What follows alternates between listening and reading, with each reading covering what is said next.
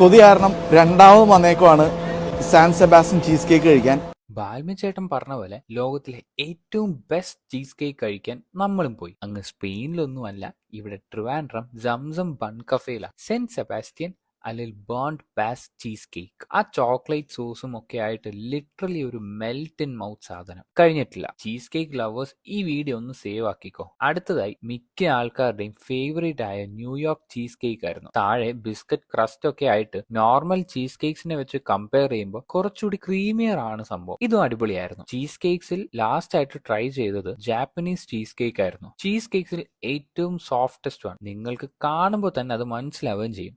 അതുകൊണ്ട് തന്നെ ഇതിന് ലൈറ്റ് ചീസ് കേക്ക് എന്നും വിളിപ്പേരുണ്ട്. ചീസ് കേക്ക് മാത്രമല്ല, നമ്മൾ കുറച്ചുനാൾ മുന്നേ വീഡിയോ ഇട്ട് ട്രെൻഡിങ് ആയ ആലിയ ഭട്ടിന്റെ ഫേവറേറ്റ് മിൽക്ക് കേക്ക് കഴിക്കേണ്ട നമ്മൾ എങ്ങനെ പോകുന്നത്. പിന്നെ ഇതാ ഈ അറബിക് സ്വീറ്റ് ബോക്സ് ദുബായിൽ നിന്നൊന്നുമല്ല, അതും സംസം ബൺ കഫേയിൽ സ്പെഷ്യലാണ്. അറബിക് സ്വീറ്റ്സ് ഫാൻസിന് കൊടുക്കാൻ പറ്റിയ നല്ലൊരു ഗിഫ്റ്റിംഗ് ഓപ്ഷനാണ് ഈ സംഭവം. സ്പെയിനിൽ പോയപ്പോൾ പോലും കഴിക്കാൻ പറ്റാത്ത സെന്റ് സെബാസ്റ്റ്യൻ ചീസ് കേക്കും മറ്റു വെറൈറ്റി ചീസ് കേക്സും ഒക്കെ കഴിക്കണേൽ നേരെ വിട്ടോ സംസം ബൺ കഫേയിലേക്ക്.